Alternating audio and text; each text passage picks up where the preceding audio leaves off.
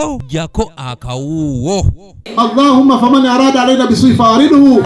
Akulira abakyala mu kibiina ki National Unity Platform elombako omukyala wa disitulikiti e Kasanda, Honorable Flavia Nabagabe Kalule asinzidde ku kijjulo abakyala b'ekibiina ekyo kwe basibululidde abasiraamu n'ennyamira olw'ebbeeyi y'ebintu ekyekanamye waasinzidde okukubiriza abakyala bulijjo obutasirika kubanga be basinga okukosebwa era n'abasaba okwongera okukuba omulanga okutuusa nga baanukuddwa. Nga tuli mu mbeera enzibu ennyo ebbeeyi y'ebintu eyeekanamidde, tusaba abakyala ekisookera ddala twongere amaloboozi gaffe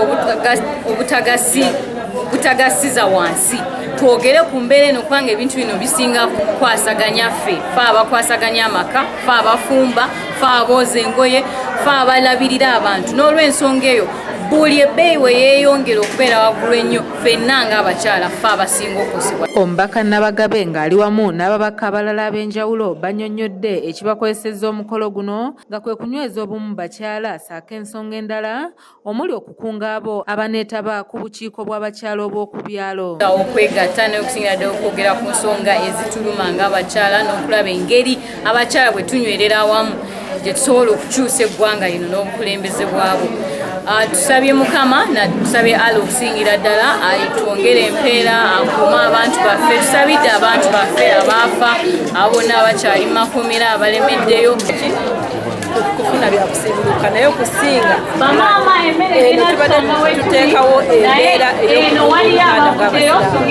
abasiraamu tulina ekikulamu nga kwegamba bwoteeka wadwa n'osibuusa abantu era njagala okwebaza abateesiteesi era tubasaba obumu obwo mu buli nsonga yonna tubeere nabwo naddala nga tubeerera mu pulezidenti waffe. Sheyi Mugenya asooka Ibrahimu nga yakulembeddemu okusoma dduwa ku mukolo guno asabye abakyala okuvayo beenyigire mu byobufuzi ng'ono agamba nti abakyala tebabeera babbi era nga be bajja okukolera eggwanga lino okusobola okubaako we lituuka.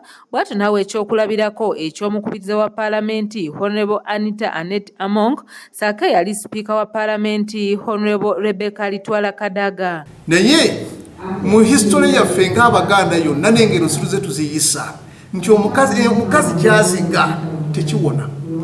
Mwegenderezanga nnyo ebigambo ebyo kubanga abakazi waliwo kye bayita mother tongue. Lwaki bagamba father tongue? Maama contributing ebitundu 7.5 ku 10 ku ggwanga lino. Kitegeeza kisookera ddala okunyigiriza maama n'agenda mu ddwaliro teri mamakiti teri bikola ku mbeera y'abakyala bonna.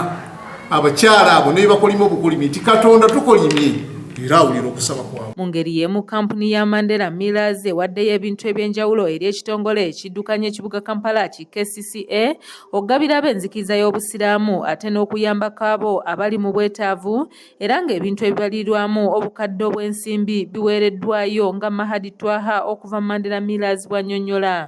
Nga tubawadde packs 3,000 ne tubawa ne maize flour supreme era nazo packs 3,000 then natubawa n'entende ez'omulembe packs nazo 3,000.